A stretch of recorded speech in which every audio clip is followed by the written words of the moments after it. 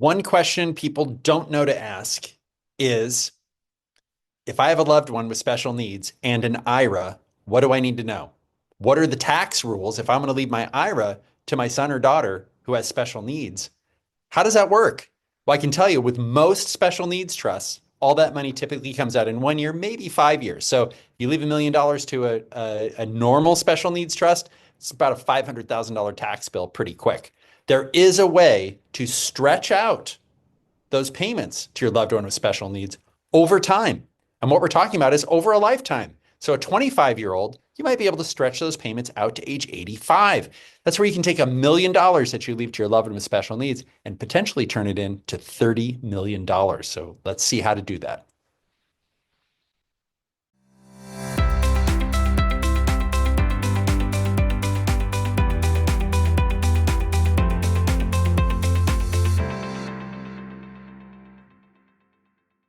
What and who is a special needs trust for? So why are these out there in the ether? And we're doing a webinar format, and we have a question here. And I'm going to lead with this because this really is kind of what we're going to be talking about. My son is a disabled adult. He lives independently and has a job. I am his power of attorney and handle all his finances. How do I create a trust and bank account for him for savings?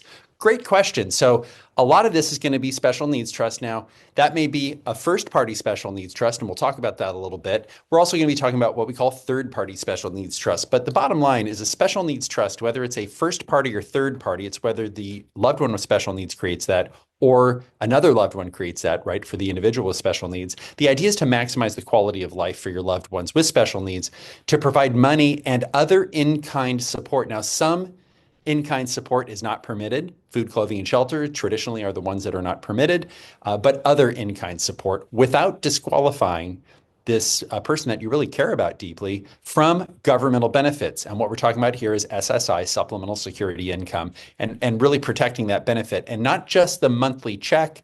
There's also Medi-Cal in California, Medicare. There are also other benefits that you may get depending on where you live in the United States. And the idea is to preserve those benefits because if you have too much in assets, you get kicked off. So these are needs tested or needs based public assistance benefits. Basically, if you have over $2,000 in California, they say you don't need it and you lose a lot of benefits. So it's very important to pay attention to this.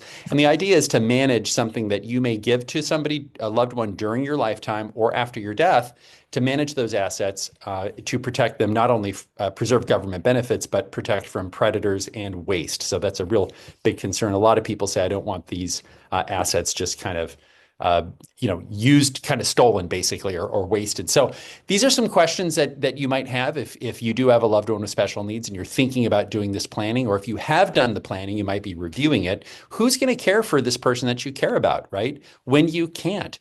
Where is your loved one with special needs going to live? And we meet with many clients who have outlived, quite frankly, or thought have outlived their child in the sense that they lived a lot longer than they had been told back in the day when their son or daughter was born decades ago, right? And what happens is people have a lot of anxiety. They say, what's going to happen to my son or daughter when something happens to me? This person's been living with me my whole life. What is the next step for that person? Because I'm not going to stay here. I'm not going to be on earth forever. Who's going to make healthcare decisions? Very important. Who is going to handle the money?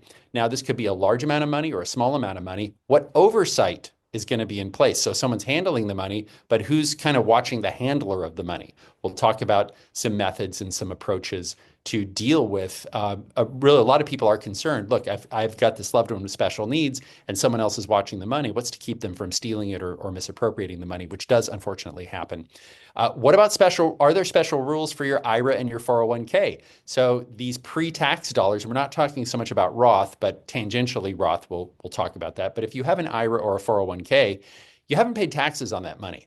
And so at some point, taxes will have to be paid. The question is, are they paid kind of all up front or are they paid over a longer period of time? And we'll have an example here on the difference in dollars, not only for your loved one with special needs, but other family members as well. And what about income and capital gains taxes? How do we deal with these issues, right? If it's a larger special needs trust, then we do have to pay attention then. And who will maintain the client status at the regional center? So these are publicly funded centers for individuals with special needs and developmental disabilities. And it's really important to stay connected with that because, yeah, it's another bundle of social services. So I'm Jim Cunningham. I've been an attorney for 30 years. We have offices throughout California. I'm a certified specialist in estate planning, trust, and probate law, a securities insurance license, and a real estate broker, pilot single engine land, instrument rated, not current. And so I've been doing this a long time. And we have a slide in here about the benefits of having a lot of experience. And then that sometimes isn't a good thing. And I'll explain why. So these are the attorneys in our firm. We are dedicated to all things estate planning, wealth creation, preserving benefits for loved ones with special needs. And we work together as a team throughout the state of California. It's very important. I'm a lawyer. I'm talking, words are coming out of my mouth. This is absolutely not legal advice. So legal advice is one-on-one with a lawyer. And this is really, really important because this is such an esoteric area of law. This really is a subspecialty within a subspecialty. So trust and estate attorneys specialize or they focus in one particular area. And then you have this subspecialty within estate planning, which is special needs planning. And this changes from time to time. And what you're going to see with the IRAs and the 401ks is there is an intersection, which you rarely see, which is somebody who has an understanding of income taxes and IRAs and 401ks and special needs trusts and the unique tax attributes, because a lot of times the tax people don't know the public benefits planning. The public benefits planning people aren't really aware of the taxes. So our offices are located in Northern and Southern California, in the Bay Area, Capital Region, and Los Angeles area.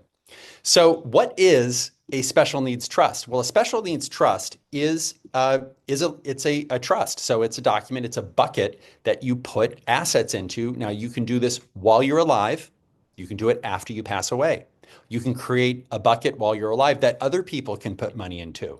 And this is really important. So if you have a child with special needs and you have a parent who wants to make a gift to your child, what do you do? I mean, do they give it to you and then you leave it to your kids, your child when you pass away, or do you set up something while you're alive? So these are this is kind of the fork in the road. And when we have that consultation with someone who's interested in creating a special needs trust or some type of planning for a loved one with special needs, this is kind of the first thing we talk about. Is this something you want to set up now? Is this something you want to set up after you pass away?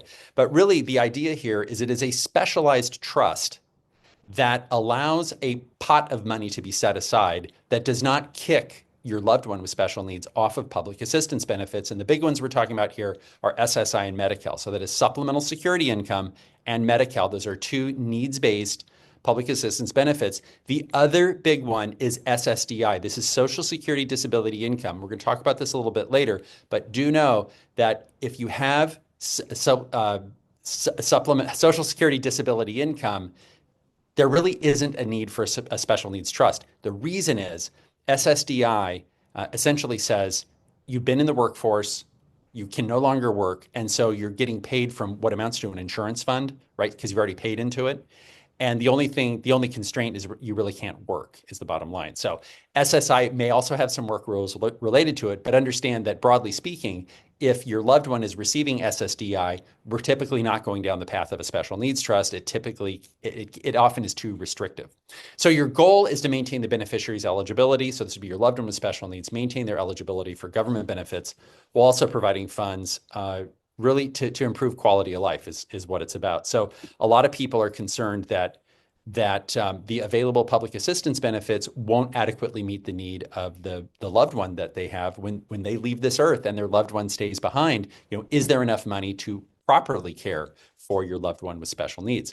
So how does a special needs trust work? So what we're talking about here is this is oftentimes it's a parent who sets up a trust for a child, this child with special needs. And when that money goes into the trust, that money can be used for things like education, medical and dental, personal care attendance, vacations, hobbies. It typically is not used for food, clothing, and shelter. That compromises the benefits. Sometimes we permit that in certain limited contexts if the special needs trust is very large. But broadly speaking, just know going into this that food, clothing, and shelter is a carve out. So that's just something that, the idea is that your government benefits are supposed to meet your basic needs of food, clothing, and shelter. So there's a trustee who's not the special needs, the beneficiary, right, with the special needs. So if you have a son or daughter who is disabled, cognitively fine and able to be trustee, that person cannot be trustee of a special needs trust. So very important, you have to have a third-party trustee. The beneficiary cannot have direct access to the trust if they're receiving SSI. So very, very important. So what we're going to talk about here is special needs planning with IRAs and 401ks, and also known as retirement accounts. There's been a big change in the law very recently. So after death, so what we're talking about here is an IRA or 401k that is left to a loved one with special needs. There are something called required minimum distributions. So the Secure Act 1.0 and 2.0 generally requires all funds to be distributed from IRA accounts within 10 years, which is 11 tax years. So if a person dies in 2024, all that money is going to be distributed by December 31, 2034. So there's a 10-year window, and this is very important. A loved one with special needs is now considered an eligible designated beneficiary, and that person, if properly structured, can stretch out those IRA distributions over life. So typically beyond that 10 years or 11 tax years. Here's the problem. If you just name your loved one with special needs as the beneficiary of your IRA, that's going to kick them off public assistance benefits. So how do we balance this loved one with special needs having the ability to stretch out an IRA? Because really this is comical if you think about it. They say, well, if you're on SSI, you get to stretch out the IRA payments, the IRA over your lifetime. But if you inherit the IRA, you get kicked off your public assistance benefits. So what are you supposed to do? Not give the IRA to the loved one with special needs? No, there's a better solution, and we're going to talk about that. So the special needs planning with retirement accounts. So the example is, you have a retirement account. It's got $1 million in it, and you want to leave it to your kid, your child with special needs. If you just leave it to your normal special needs trust, as you'll see, about half that money would be gone in taxes right away. You're not able to stretch that IRA out over the lifetime of the special needs beneficiary. So we'll circle back on that. But this creates a new opportunity. The Secure Act 1.0 and 2.0, which was passed, creates an opportunity to create lasting wealth and minimize taxes. And a normal special needs trust can be catastrophic. This typically causes the money to come out of the IRA not within 10 years, but within 5 years. So the way most special needs trusts are written, and oftentimes these are special needs trusts that are contained within a living trust, maybe in a standalone trust, they do not have some magic language that needs to be in there that is approved by the federal government. It's just a lot of attorneys don't know about this. Again, remember at the beginning, I said a lot of times the public benefits lawyers don't understand the tax rules, and the tax lawyers don't understand the public benefits rules. So what is the solution? Let's give an example. Mom leaves her $1 million IRA to a special needs trust for her son with special needs. After her death, the IRA goes to a normal special needs trust, and the tax bill is around $500,000 in California, so 37% federal, up to 13.3% state. And this is kind of an example of really bad planning. All that money comes out in 1 year. So a solution is an IRA legacy special needs trust. So this permits the required minimum distributions to be spread out over the lifetime of the loved one with special needs and preserve their benefits. Now, how can you do this? I mentioned cognitive dissonance a little while ago. So these are trusts that are written in a special way that allow the beneficiary, the loved one with special needs, to keep their public assistance benefits, but have this IRA money slowly withdrawn over the lifetime of the beneficiary. So if this son happens to be 25 years old and it's $1 million IRA, I did the math on this, assuming a 7% rate of return. By the time that child is 85, there's $30 million in the trust. Now, tax lawyers look at something and they go, how could we twist this and how could we game the system?